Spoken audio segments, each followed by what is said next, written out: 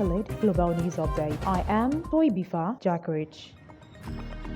Israel killed Haman's deputy leader, Saleh al-Arari, in a drone strike in Lebanon's capital, Beirut, on Tuesday. Lebanese and Palestinian security sources said, raising the potential risk of the war in Gaza spreading well beyond the Palestinian enclave. Arari, 57, was the first senior Haman's political leader to be assassinated since Israel launched a shattered air and ground offensive against the group almost 3 months ago, after its shocked assault and rampage into Israel town. Lebanon's heavily armed Hezbollah group, a Haman's ally, has been exchanging near daily fire with Israel across Lebanon's southern border since the war in Gaza began in October. Hezbollah leader Hassan Nasrallah has warned Israel against carrying out any assassination on Lebanese soil, vowing a severe reaction. Hezbollah said on Tuesday it had targeted a group of Israeli soldiers in the vicinity of Marj with missiles following Arari's killing. Israel has long accused Arari of lethal attacks on its citizens, but the Hamas officials said he was also at the heart of negotiations conducted by Qatar and Egypt over the outcome of the Gaza war and the release of Hamas-held Israeli hostages. Israel neither confirmed nor denied carrying out the killing, but its military spokesperson, Rear Admiral Daniel Hagari, said Israeli forces were in a high state of readiness and prepared for any scenario.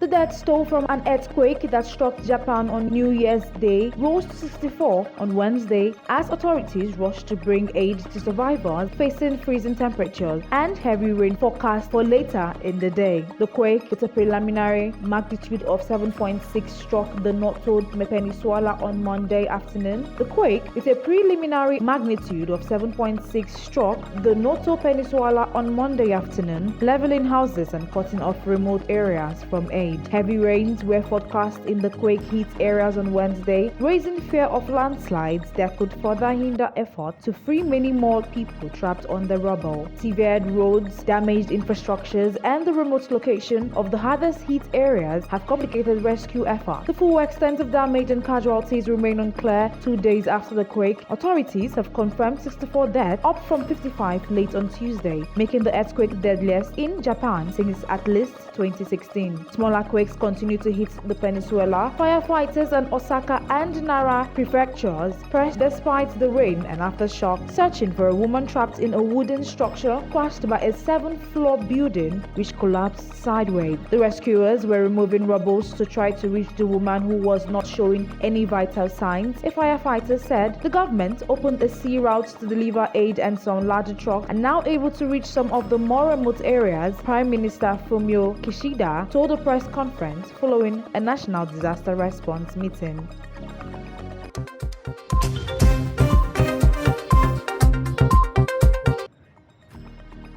Ukraine launched 12 missiles and several drones in the early hours of Wednesday on Russia's southern region of Belgorod, Russia's defense ministry and local authorities said. Regional Governor Vyacheslav Gladkov said the situation continues to remain tense in Belgorod, where Russia says 25 civilians, including 5 children, were killed in Ukrainian attacks on Saturday. There was no word of any casualties from the latest attack. Gladkov said the extent of damage would be assessed throughout the day. Ukraine's escalation of attack on Belgorod over the New Year period has come as Russia launched some of its most intense strikes on Ukraine since the war began almost 2 years ago. Kyiv said on Tuesday that Russia had launched well over 300 attack drones and missiles of various kinds of cities across Ukraine since Friday. Belgorod, like other Russian regions on the border with Ukraine, has seen frequent low-level attacks since the start of the war, but Saturday's was by far the deadliest. President Vladimir Putin said it would not go unpunished. 1 person was killed and 7 more wounded in the region on Tuesday, Russian authorities said. In Wednesday's attack, Russia's defense ministry said Ukraine fired 6 Toka-U ballistic missiles and 6 guided missiles launched by a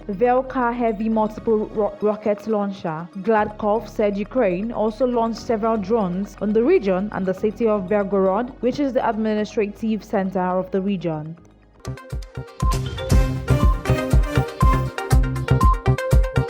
South Korea's opposition Democratic Party leader Lee Jae-myung remained hospitalized in intense care on Wednesday, a day after a knife attack on him shocked political leaders who were vying for the upper hand in a major election 3 months away. Surgeons operated on Lee for more than 2 hours late on Tuesday to repair a major blood vessel in his neck that was sliced when an assailant lunged and stabbed him with a knife. He urged a speedy investigation and tougher security for high-profile political figures, echoing renewed questions about the safety on campaign trails in a country with a history of political violence. Despite tight restrictions on gun ownership, Jin Jianghua, a party supporter who was a witness at the scene of the stabbing, said incidents clearly showed the need for stronger and professional security protection for political leaders, not simply police who are deployed to monitor. South Korea holds a pivotal election on April 10, where the conservatives will try to win back a majority for the first time since 2016 and help Pyongyang's pro-business policies, including tax cuts, deregulation, and social reforms. Lee was airlifted from Busan, where the attack occurred, to Seoul on Tuesday, where he received surgery to reconstruct the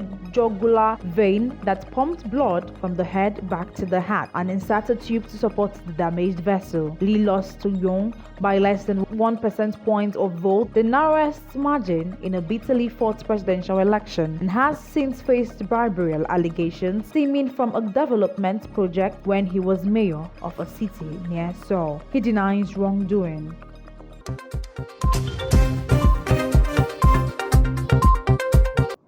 President Joe Biden will observe the 3rd anniversary of the January 6 attacks on the U.S. Capitol with a political speech near the historic Revolutionary War site in Valley Forge, where he will make the case that his top Republican rival, Donald Trump, poses an existential threat to democracy. The re-election campaign said on Wednesday the stop near the war encampment in Pennsylvania will be followed by a campaign visit on Monday to Mother Emanuel AME Church in Charleston, South Carolina, where a white supremacist in 2015 killed 9 parishioners at the historic black church. Biden will focus on what campaign described as rising threat of political violence. Taken together, the 2 visits will represent Biden's most direct public attack this election cycle on Trump and the Republican Party he controls, representing a shift in tone after spending much of 2023 touting his signature legislation and economy. Trump faces federal charges for his wide-ranging attempt to overturn the 2020 election and was kicked off ballots in Colorado and Maine due to his role in following the Capitol attack. Lawyers from Trump have disputed that he engaged in insurrection and argued that his remarks on the day of the 2021 riot were protected by his rights to free speech. In the upcoming weeks, the Biden re-election campaign will ratchet up operations and events, including hiring key directors in all 50 states and hitting the airways with new ads. Vice President Kamala Harris is also expected to speak at the early voting primary states of South Carolina on Saturday and again on Martin Luther King Jr. Day later this month, where she is also expected to take a message about threats to democracy to the state's largely black Democratic electorates. That is the size of top accolade global news updates. You can follow us on our social media platforms as displayed on your screen. Happy Wednesday.